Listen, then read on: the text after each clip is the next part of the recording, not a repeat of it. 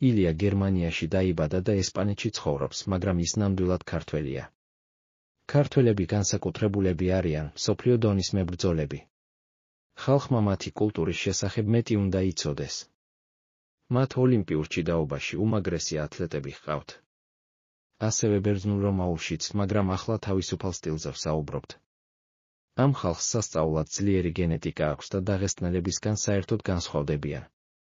ქართველებს ძლიერი ათლეტები ჰყავთ, როგორც კუბელები ვიტყოდით, რაც ძლიერს, მტკიცეს ნიშნავს.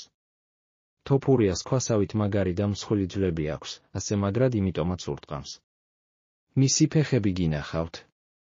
თითქოს 4-4 ზიაო, ეს გიჟური ძალა იქიდან მოდის.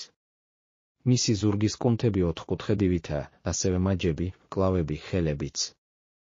უმეტესი ქართველი ასეთია, დიდი და მტკიცე.